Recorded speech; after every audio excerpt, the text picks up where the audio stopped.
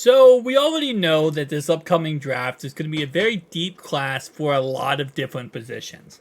Cornerback position is definitely one of those positions.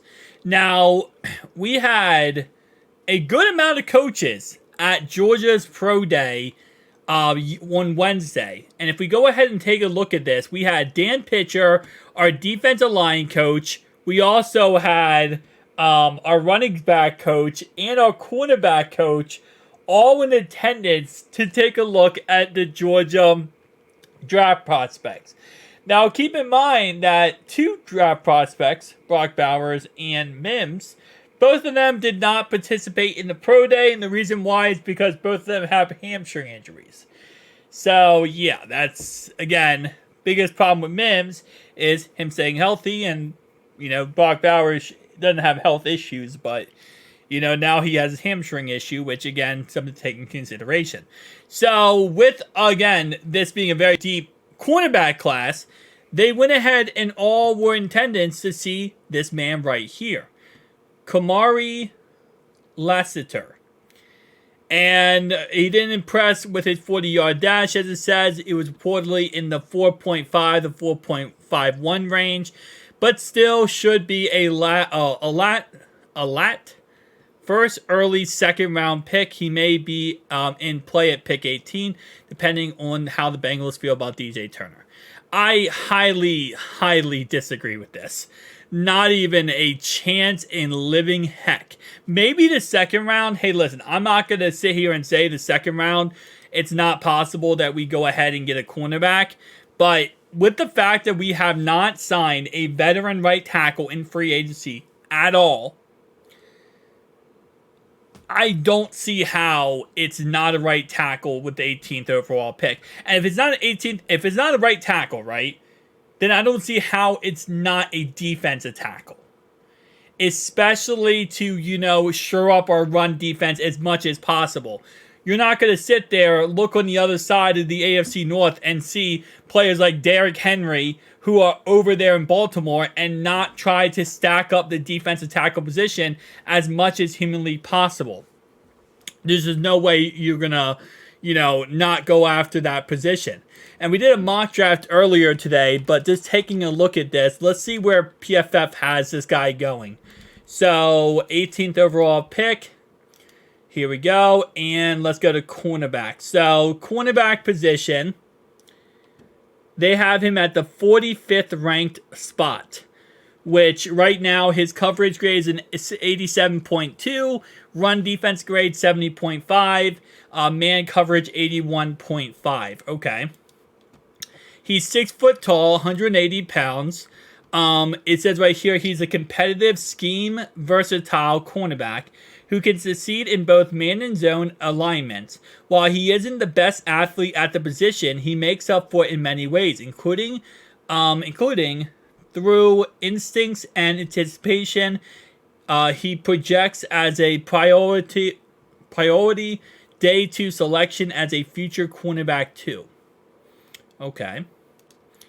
And then it says the Packers, Giants, and Eagles are the teams that are most interested in him.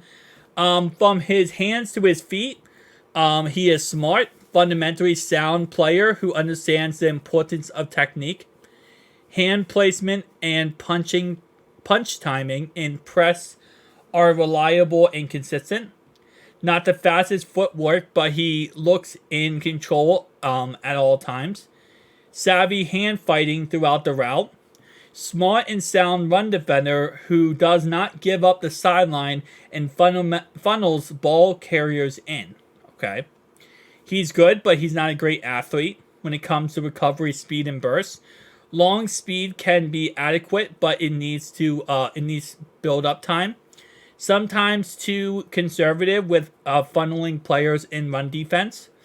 Not much ball production despite playing more than 1,500 snaps the last 2 seasons. Again, like I said, he's actually what it sounds like, ironically enough here, is he sounds like a really good player, just not an athlete. And Richard Sherman is very sim. Actually, he sounds very much like Richard Sherman. Richard Sherman was never the fastest cornerback in the league. And if you compared Richard Sherman when in his prime versus someone like Patrick Peterson, it was always Patrick Peterson was so much better at speed. He was a great athlete and he could cover one-on-one with people and shut people down because of his speed. Richard Sherman was always I'm more physical, I can cover, man zone, whatever you need, but I can't go one-on-one with players. And if you look back to Odell Beckham's rookie year with the Giants, he actually went straight by Richard Sherman throughout the whole entire game. He blew by him. And even Richard Sherman said after the game, he goes, it was hard to cover him. He was fast. And that's something that Richard was never good at. And this kind of sounds very much like a Richard Sherman-esque type. I'm not saying in any way he's going to be Richard Sherman. I'm just saying he has the intangibles of Richard Sherman. But again, at pick 18, I mean, if, let's say, for example, for right now, this is real life. You have Jerzan Newton. You have Troy on the board. You have Jackson Powers Johnson. You have J.C. Latham. There is no way in any reality you go with this guy over these guys on the board right here. No way. At all. Like, here's what I'll say, right? Maybe, potentially, you're like thinking to yourself, okay, well, we had the 49th overall pick in the second round, right? We could trade up, which we don't do. Bengals do not trade up, by the way. This is a side note here. But maybe, get the conversation going with our boy Brian Callahan. And you're like, hey, Brian, we want to go ahead and trade up here. We'll give you... I would say we give him our additional third, right? I don't know if I do not like giving up a third to trade up that much spots. Let's try that. Yeah, I didn't think that was going to go through. What is a 115? Is that a fourth? That's a fourth. A fourth round pick. All right, so we traded a fourth and our second to go up 11 spots. And maybe this is a situation where you're like, okay, well, I'm going to take Troy with our first overall pick, right? Then we have the 38th overall pick here. And now I go with someone like, oh, he's already off the board. Wait, where did he go? No, he's not. Wait, am I blind? Wait, hold up. Oh, yeah, he went to the Cardinals at pick 35. This is why you don't trade up ahead of time for a player unless he's already on the board and you know you can get him. Because now we traded up. And now we're kind of in limbo spot. Yeah, now we're kind of in the limbo spot. If anything, honestly, right now, I trade down. But nobody wants our pick. Dang, man, this is kind of a limbo spot.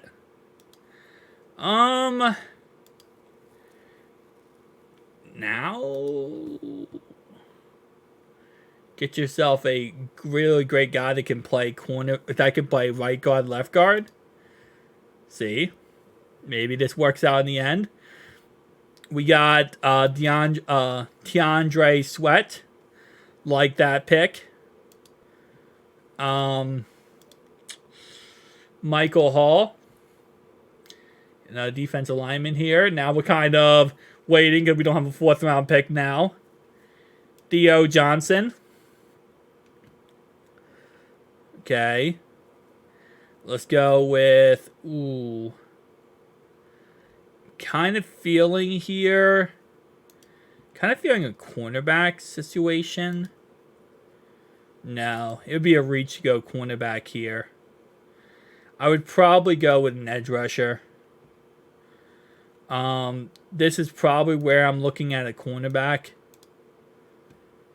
It's like, it is honestly a reach to go with any of these guys. I'm going to go with this guy. I feel like we go cornerback before this. I feel like I waited too long to go corner.